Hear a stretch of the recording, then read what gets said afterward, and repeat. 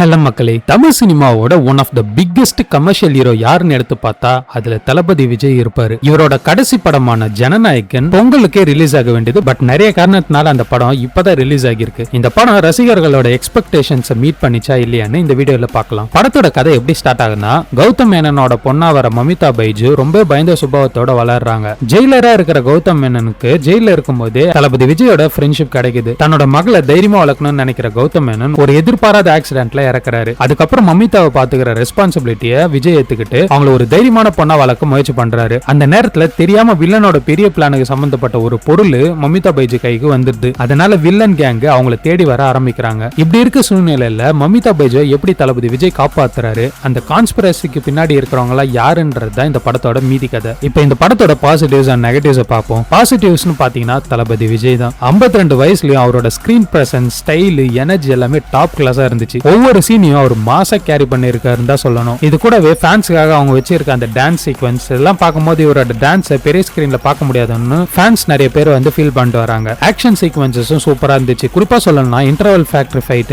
Climax robo ஃபைட்லாம் தியேட்டர்ல செம விசில் மொமெண்ட்ஸா இருந்துச்சு. பிளாஷ்பேக்ல தளபதி விஜய் போலீஸ் ஆபீசரா வரது, அப்புறம் முதலமைச்சரா மாறுற செட்டப்லாம் ஃபேன்ஸ்க்கு நல்ல கனெக்ட் கொடுத்துச்சு. தளபதி விஜய்க்கு அடுத்ததா சொல்லணும்னு பாத்தீங்கன்னா மமிதா பைஜோட கேரக்டர் சொல்லலாம். ஆரம்பத்துல இண்டிபெண்டா வாழணும்னு நினைக்கிற ஒரு பொண்ணா இருந்து அதுக்கப்புறம் தைரியமான கேரக்டர் மாறுற ஜேர்னி எல்லாம் ரொம்ப நல்லா இருந்துச்சு. இது கூடவே அனிருத்தோட பேக்ரவுண்ட் மியூசிக் அண்ட் சாங்ஸ் எல்லாம் படத்துக்கு நல்ல பிளஸ் பாயிண்டா இருந்துச்சு. என்னதான் படத்துல நிறைய பாசிட்டிவ் பாயிண்ட்ஸ் இருந்தாலும் நெகட்டிவ் பாயிண்ட்ஸ் இருக்கதா செய்யுது. படம் ஃபேன்ஸ் சாட்டிஸ்ஃபை பண்ற மாதிரி நிறைய இடத்துல இருந்தாலும் ஒரு சில இடத்துல ஸ்கிரீன் பிளே லாக் இஷ்யூஸ்ல நம்மளால பார்க்க முடிஞ்சிச்சு. அதே மாதிரி ஒரு சில செட் எல்லாம் வந்து கொஞ்சம் ஆர்டிபிஷியலா தெரிஞ்சது அண்ட் விஎஃப்எக்ஸ் ஒர்க்கும் கொஞ்சம் கம்மியா தான் தெரிஞ்சது. மொத்தத்துல இந்த ஜனநாயகன் படம் ஒரு பெர்ஃபெக்ட் ஃபேர்வெல் ஃபில்மா இல்லனாலும் ஃபேன்ஸ் எல்லாம் தியேட்டர்ல கொண்டாடுறதுக்கான மாஸ் மொமெண்ட்ஸ் நிறையவே இருந்துச்சுன்னு தான் சொல்லணும். நீங்க ஆல்ரெடி இந்த படம் பாத்தீங்களா? உங்களுக்கு பிடிச்சிருந்துச்சான்னு கமெண்ட்ல மென்ஷன் பண்ணுங்க. அண்ட் பகவந்த் கேசரி ஜனநாயகன் இந்த ரெண்டு படத்துல உங்களுக்கு எது ரொம்ப பிடிச்சிருந்துச்சுன்னு கமெண்ட் பண்ணுங்க. We'll see you on the next video.